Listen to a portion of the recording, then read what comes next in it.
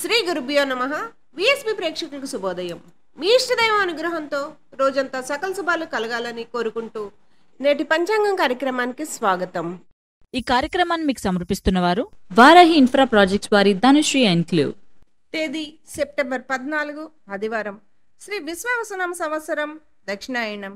వర్ష ఋతువు భాద్రపద మాసం బహుళపక్షం. ఈ రోజు తిథి సప్తమి.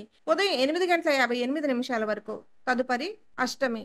నక్షత్రం రోహిణి. మధ్యాహ్నం 1:16 వరకు. తదుపరి మృగశిర. వర్జం సాయంత్రం 6:31 నుండి 8:02 వరకు. అమృత గడియలు ఉదయం 10:15 నుండి 11:47 వరకు.